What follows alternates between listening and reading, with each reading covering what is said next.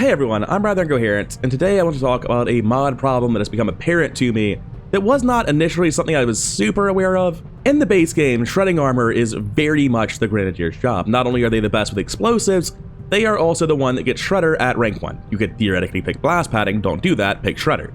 So essentially, the cannon has the Shredder property. There's no reason to ever not pick Shredder on the one class that gets the cannon. Tier 1 cannons deal 1 shred, 2 deal 2 shred, and the final tier, Tier 3 beam weapons, deal 3 shred. And this really helps you to deal with the increased amounts of armor that come out as the game progresses, because you're oftentimes not going to be using grenades, you're going to be using Rupture, or Hail of Bullets, or Saturation Fire. There are plenty of gun-based abilities that make the Grenadier in the base game one of the better classes, and they are not the grenades, it's all the other things that go into the cannon. Coming to my mod setup, the campaign I'm currently playing, we have multiple things affecting this. The most important thing affecting this has nothing to do with the shred output, but the amount of shred required. There are a shitload of enemy mods I have installed that increase how early high armor values show up, how high the armor values are, how many enemies there are, and how much armor those enemies have. There's so much more need for shred in my campaign than in the base game. So when I realized that my ability to shred had actually been gutted compared to the base game, I have begun to panic. I looked at all the things available to me as a player to shred armor. Immediately you would think it's the Marines' job. They are the gunnery half of the Grenadier from the base game. But they get Splinter armor, not Shredder. And you can see it is decidedly worse than Shredder. It is in fact 1/3 of Shredder when we get to the phase in the game where you really need it. Now, I briefly thought this is okay. Thanks to weapon and item overhaul, which affects the cannon itself, we have Shredder back, but we don't. Because the Shredder is going to be 1 point of armor no matter what on the cannon. So, okay, the cannon plus Splinter armor gets me to 2. For the current phase in the game I'm at, I'm okay if I spend the AP, but going into the end game when I need to be shredding 3 armor, what am I doing to fix it? And I'm talking about this even though it seems like a minor difference, because 1 shred is a massive amount. It cannot be overstated when you're shooting your gun more than once around. 1 shred is going to contribute a tremendous amount of damage. Now, there is a mod solution to this. Rather than running AP rounds, you can run corrosive rounds. And I do have corrosive rounds installed, I'll get them someday, and then I'll shred for 3. The thing is, if your shredder, if the guy who does the shredding isn't using AP rounds, it's almost certainly dealing less damage. So as an example, right, let's say I shoot something with 4 armor, and I have 4 shred with corrosive rounds. In that situation, AP rounds were worth 4 damage. So for AP rounds to deal less damage than the corrosive rounds, which is shred for the additional damage, you have to shoot them 3 more times to equal the AP rounds. It's only if you require an additional 4 shots that corrosive will have surpassed AP rounds. Those enemies absolutely do exist, that situation does matter. But the majority of the time, AP rounds are just better than corrosive rounds, and even when they're worse, it's very comparable. Corrosive rounds really are not a meaningful improvement to your ability to kill enemies with armor.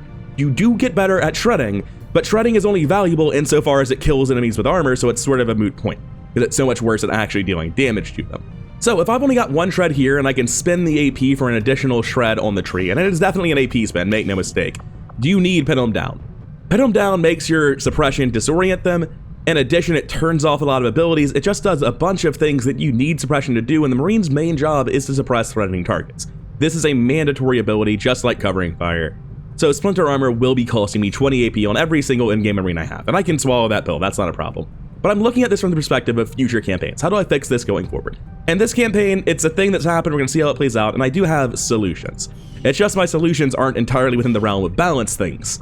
For instance, one solution is that infiltrators just have a gun that says you have a shredder now. Like, I'm not exaggerating, this gun, he'll get out of the way. This gun just says he has shredder now. It's ridiculous. So obviously, I need to stop putting blue screen rounds on my Sparks. I need to start giving them expanded mags or auto loaders or AP rounds. And I need to accept that the primary job of the infiltrator is of shredding armor. That is a thing they have to be contributing towards, because no one else is as good at it as they are, or at least no one else is better. The absolute worst solution is to just hope you get Shredder on your skirmisher. That's a thing I can do, and I do have Shredder on my skirmisher, on my good one anyway. So it's really important that when I have Draugr on the team, I remember it's not his job to sweep up the low health kills, it's his job to tear down the armor on a bunch of different enemies. And again, that's important, but it's not a widespread solution. I think the Marine thing has to be the solution. You just accept that we're not as good at shredding armor as we thought we would be, and all the Marines buy Shredder. Or buy Splinter, rather. Our last solution, which will likely be required, is that we have an ability called Anti-Armor Doctrine on Combat Engineers at Captain. It's not just on Combat Engineers, though. It is also an ability at Captain Tech Specialist as well. And it gives you Shredder. Just straight up, your primary weapon has Shredder. Additionally, you get 30% crit chance against mechanized enemies. It's a very good perk if you're shooting your gun. The issue, of course, being that Combat Engineers are thoroughly entrenched in the blue move and use an ability school of play, and Combat Engineers tend to be in the same ballpark. They're definitely more inclined to use their bullpup than a Combat Engineer is to use their shotgun. Even though the shotgun at close range is better than the bullpup is at any range, it's just that the Combat Engineer has more things to do, so the opportunity cost of using their gun is higher. So on Tech Specialist, it's very possible I end up buying just Anti-Armor Doctrine on fucking all of them, and being like, all right, your job is to shred armor now, guy, and I will be like, blue move shoot, or a protocol shoot. Marauder is probably not right on any Tech Specialist, even with this ability. So it's very likely I'll be buying that as part of the solution. But realistically, I think this is a thing where you give the soldier the ability to help with the problem. They're still not the one who's supposed to be doing it, because their job is still to haywire protocol the spark, right? To remove the machine. That is what the Tech Specialist does. So if you encounter, say, just like a Biozerker and a Biomech at the same time, this guy's job isn't to clear off the Biozerker's armor. That's ridiculous. His job is to haywire protocol of the mech, which will likely require him to move, meaning he cannot shoot the Biozerker. And again, same deal with the Combat Engineers. If there's a Frost pod, they're going to be busy using a flamethrower. In a ton of situations, they'll be busy using a flamethrower, which does shred, by the way, thanks to Phosphorus, so that is worth noting as something that contributes, though not particularly effectively. The main thing is that it's helping a little bit as opposed to being crippled, which is how it feels in the early game to use a flamethrower against armored enemies. So realistically, in terms of who is actually shredding, unless Draugr is on the mission, the answer is infiltrators are great at it. They're as good at space game grenadiers are, basically. So they're definitely going to be focusing on this going forward in the campaign. However, they're also tremendously overpowered and probably won't be in my next campaign. And the main solution is just like, oh yeah, I guess I buy Splinter, and until I get to tier 3, that's where I should be. But then I get to tier 3 and I need it even more and I just don't have it, so what do I do? Well, I can buy High Caliber, which isn't insane on a Marine. Because on a Marine, they get weapon size +1, you can get an expanded mag, that's still +1 rounds as opposed to -2 in terms of net change. And additionally, you have field supports palling around with them, throwing on more bullets. So they can get High Caliber if they rolled into that. So, not really a solution. Out of curiosity, can Dark Horse do that? Because I probably am interested in doing that on Dark Horse at this point. Dark Horse has High Caliber. Sign me the fuck up. Because it turns out I just need this ability. There's just not a good method of dealing with these enemies. Also, Dark Horse with Pounce plus Weapons Hot. I've been waiting for this for like 30 episodes. We're still not there. We'll be there someday. It's gonna be disgusting. He's gonna shoot everyone. It's the main reason to not want High Caliber, right? I'm railing bullets with AoE suppression. I'm raining bullets with Pounce plus Weapons Hot. There's a lot of downside to High Caliber, and it's kind of all I've got to catch up to where I'm supposed to be. And even then, I'm catching up in the AP sense of killing the enemy, not shredding them. So against those big, terrifying enemies, I'm looking at you, Rift Keepers. There'll be others. High Caliber is still not as good as I want to be. But I think I have the tools to get through this campaign. I think. If I'm completely wrong about that and begin to think there's no way out of this, what I can do is I can go into the configs for weapon and item overhaul and change it so that the cannon itself will have an inherent shred at beam tier, which would get me back to where shredding would be if I had the shredder perk in addition to Splinter. That's one thing I can do. But going into future campaigns, how am I going to fix this? Because I've already decided that in my next campaign, I'm not running laser sparks. I frankly think they're too strong. I think most people watching this campaign probably agree with that assessment. This campaign has been largely built on the backs of giants, by which I mean robotic giants. The Sparks, the Pioneers, and Infiltrators have been very key units. My feeling that the campaign might be too easy at points is probably completely distorted by the Sparks being here. So there are two parts to my solution to the problem. The first is that I don't like weapon and item overhaul. This might seem random because it's actually some of the only shred I have access to, which would mean I'm shredding more than Proficiency Class Pack thinks I should.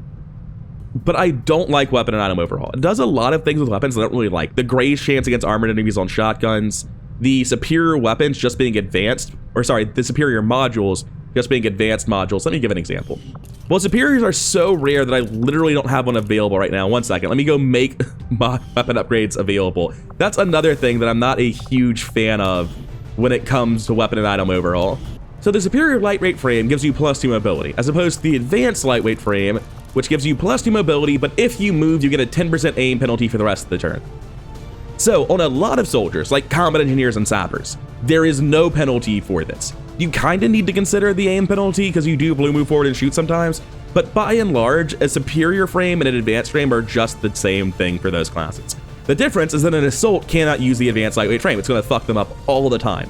So cool, that means you get the 2 mobility on the assault, only you already had the basic, which was 1 mobility. So for this massive jump in rarity, you get 1 mobility. It doesn't really feel hype. I don't feel excited about weapon upgrades, especially with Wildcats and bedded stocks. Wildcats are very minor increases in crit damage. It's 1 if you get the superiors, or half of 1 if you get the basics. And you are not using advanced Wildcats. Don't fucking lie to me. Get out of the way, gun. The gun doesn't want to get out of the way. Here we go. 8% crit chance on non-grades.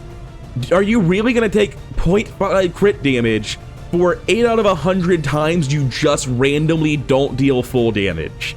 That is so scary. That is absolutely unplayable. So there are so many upgrades that feel so minor and not like the biggest deals, and none of them really excite me. And like, yes, obviously I'll need a different mod to make repeaters not fucking ridiculous, because the base game has some problems, but I feel like a lot of the weapon mod design I really don't jive with super well in Weapon and Item Overhaul. And then coming to weapon design, there's a lot of cool design involving weapons being largely the same, but with different circumstances where they perform well in, but I'm fine with the cannon just being the best weapon. I don't actually need that to change. Weapons can be better or worse, and it's just part of the class, it's fine. And there's so many little things that happen with Weapon and Item Overhaul that I'm not the biggest fan of, that on the whole I'm going to remove it, and part of that is because with the change I intend to make, it would become overpowered. And that change is quite simply that I need this to not have base 1 shred. Because frankly, that's making the early game easier, just like having the stocks on the shotguns is making the early game way easier. These are things where it's like, oh no, that's not a different balance, that is a massive early game buff. Part of the reason the game became so easy around episodes like 6 to 20 is because of built-in stocks, built-in shred, and the bridging tech. A lot of the things that are messing with the power curve in the parts of the game where it felt easy are from Weapon and Item Overhaul. And now without that shred there, we can safely just make a very simple change. I've already made changes like this. If you look at sappers in my game, they have volatile mix. That is not in the base version of Proficiency class pack. It's something I personally disagree with. To me, the sapper's grenade doing more damage than someone else's grenade is a core part of sapper identity. Just like a core part of the Marine's identity, or the gun half of the Grenadier's identity, is that they shred armor. They don't splinter armor, they shred the armor, they destroy it, the armor is gone. So I'm just going to make a change where I swap out splinter armor for shred armor. I don't think there's anything else in the Marine tree that I really disagree with, at least not in a way where I have a coherent solution to it, right? Because I do have a problem. I kind of just think the entire final tier at Colonel doesn't really do anything. Like, Withering Barrage is neat, and then the zeroed in ability just increases the chance of it triggering really massively, so you always take this one, because Weapons Hot isn't that great, and On Target is absolutely not that great.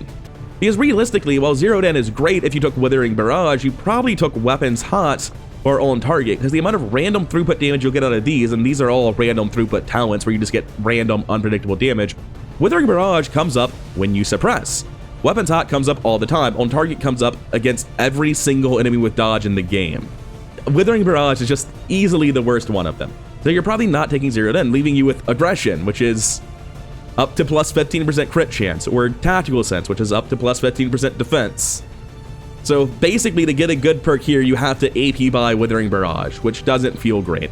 Anyway, to wrap up, in this campaign, we are buying Splinter Armor. I'm going to reevaluate Draugr and the Infiltrators as units whose main job is to shred armor, and it might be a thing that as the campaign progresses, I start buying Anti-Armor Doctrine on Combat Engineers and Tech Specialists. I might even drop my Assault entirely from the final mission to bring another unit capable of shredding armor, just because it's so important and Assaults have underperformed so hard in this campaign.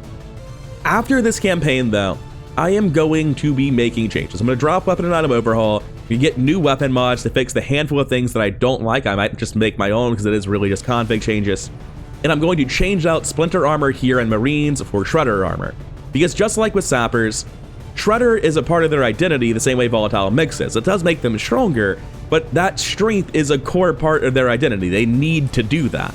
The problem with Sappers is actually the problem that they had the Marine abilities. The problem with Sappers was they had the cannon, the best gun in the game. They had all of the Marine abilities. And the problem with Marines is the abilities they've lost. They don't get Saturation Fire, they don't get Hail Bullets, they don't get Rupture. Those are the crazy things that made the game easy in the late game. It wasn't the fact they shredded armor, that's just a necessary part of the game, especially with a ton of modded enemies.